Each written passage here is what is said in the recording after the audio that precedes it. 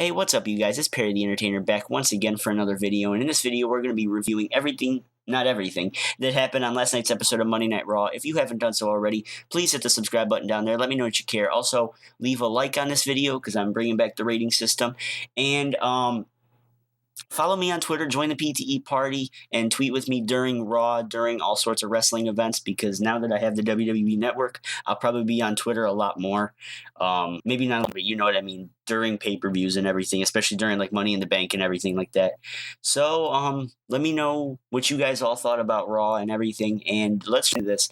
Like I said, if it's like I said in previous videos, if it's not mentioned in this video, then obviously it was not as important. And I'm assuming that all of you have at least seen Raw already. So if I start talking, if I start dwelling into stuff that you haven't, you didn't see on Raw, then you're going to have to go back and watch it. But let's just dive right into this. We had the continuation of the Dean Ambrose and Seth Rollins saga about them feuding and everything. It looks like the Shield is actually kind of done. I'm sure the partnership of Dean Ambrose and Roman Reigns is not gone, because we had Dean Ambrose coming out to his own music tonight, and we also had Roman Reigns coming out to a remixed version of the Shield's original theme song. So maybe something along the way WWE's thinking about having Dean Ambrose and Roman Reigns go off in, singles competition, which I'll definitely give Roman Reigns credit for that, because I remember back when, he was kind of the weak link of the Shield, and then, the spear thing started happening, and then he became over with you guys. So, he's very, very big, but he's not very charismatic, if you know what I mean. And what I mean by charismatic is that he's not as charismatic on the mic, but that's completely off topic. We had Seth Rollins and Dean Ambrose interfere in their respective matches.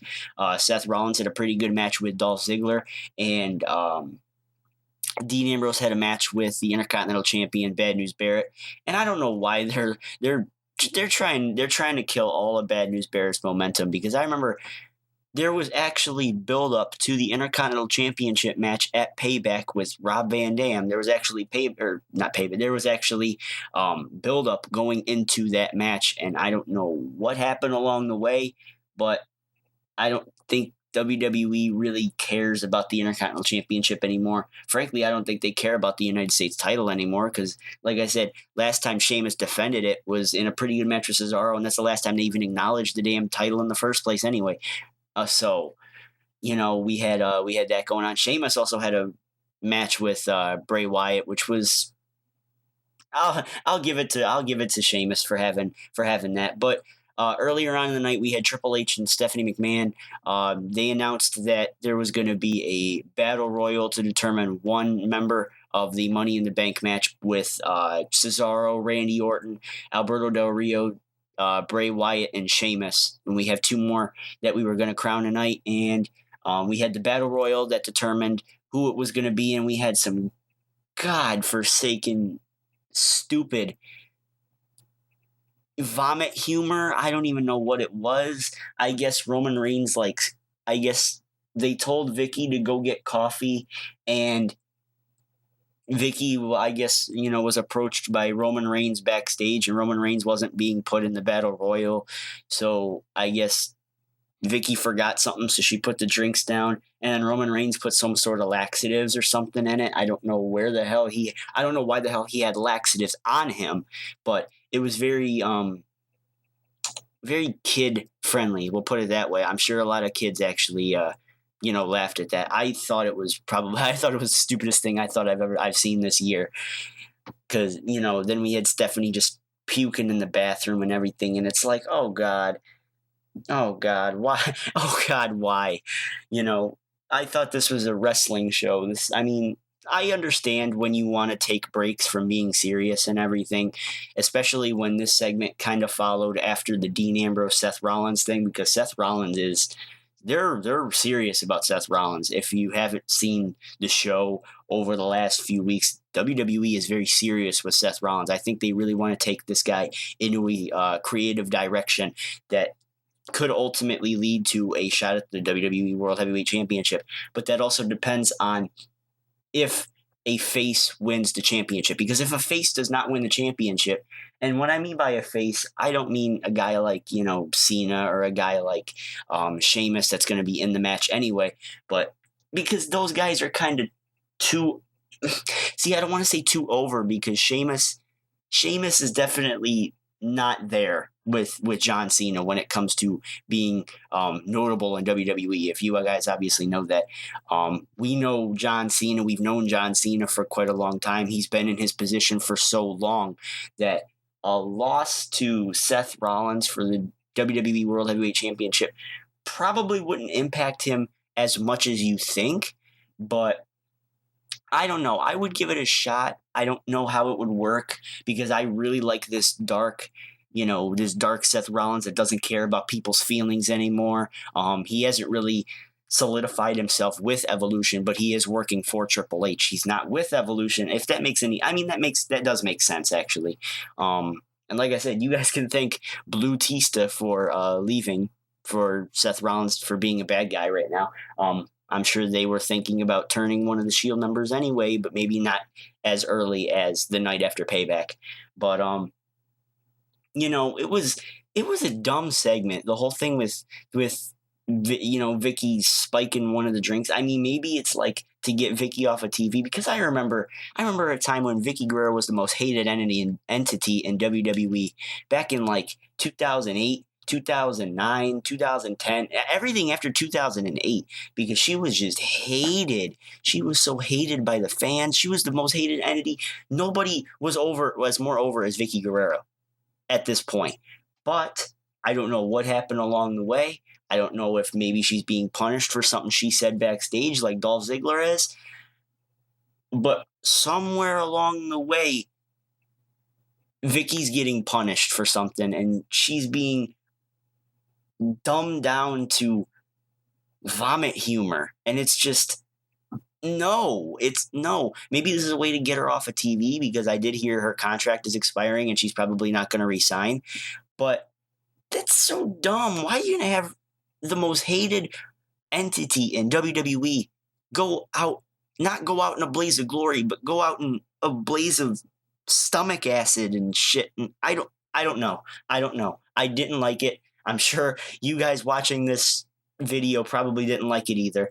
But let's move on. Roman Reigns ends up getting himself into the Battle Royal, and he ends up winning that Battle Royal, lastly eliminating Rusev in a very highly anticipated showdown because when Bo Dallas was finally eliminated, and I believe he eliminated Big E, and I believe he eliminated Rob Van Dam also.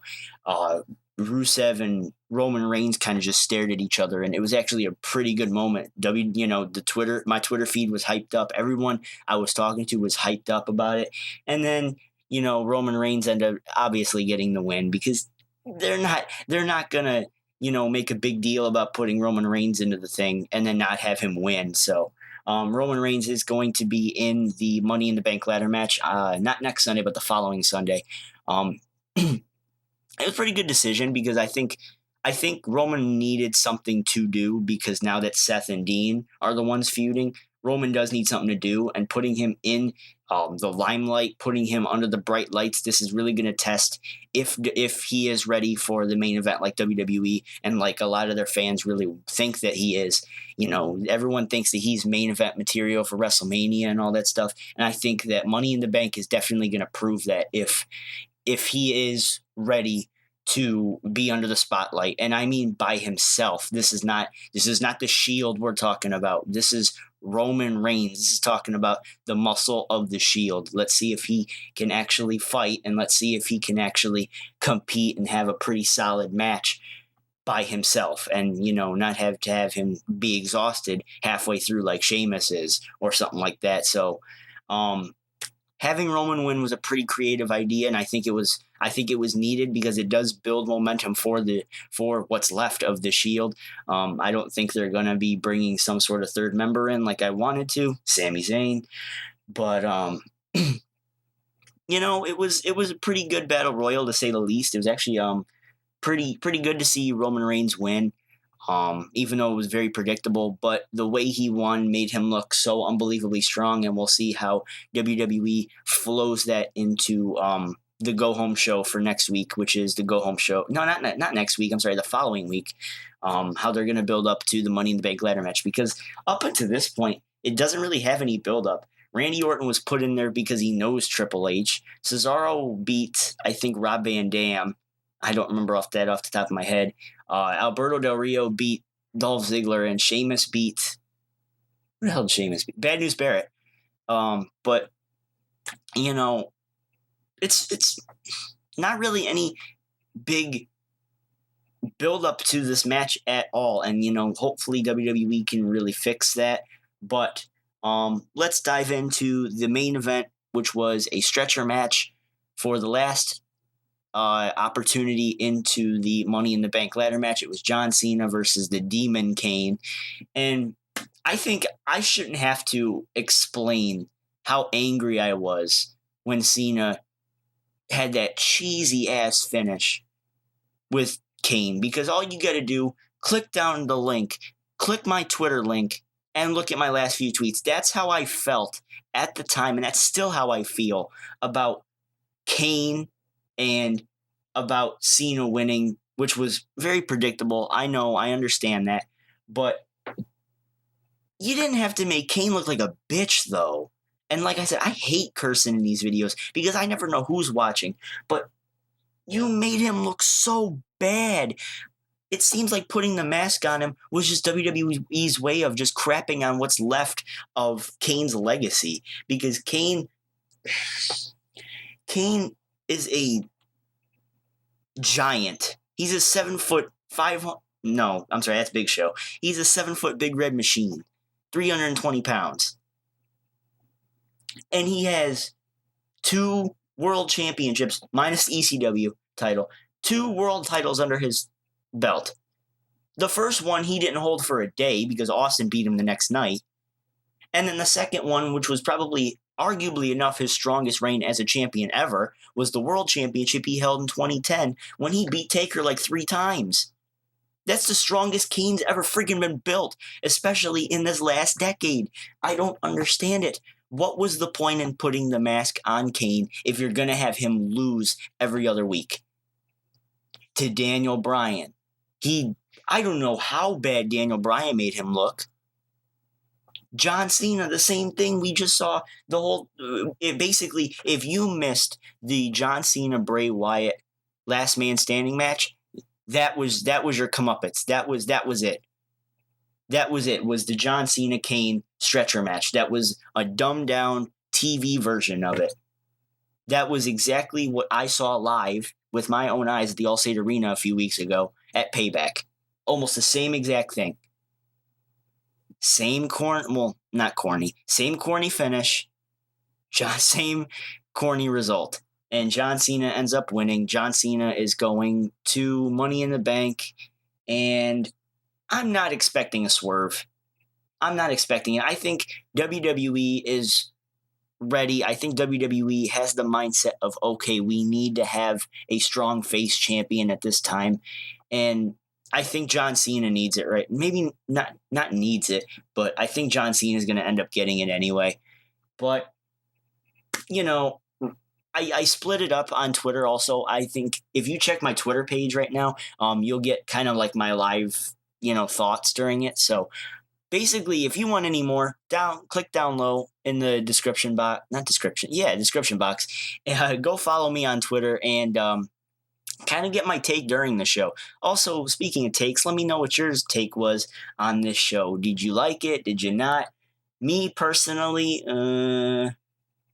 not really. Kevin Hart was non-existent during the entire freaking show. He had one segment with Adam Rose, and that was it. But that's all. Let me know what you guys thought about Raw down in the comment section below. Feel free to hit that subscribe button. Please like the video if you did. And I will talk to you guys in the next one. Perry the Entertainer signing out. Peace. By the way, don't expect a Slammiversary video because I wasn't watching.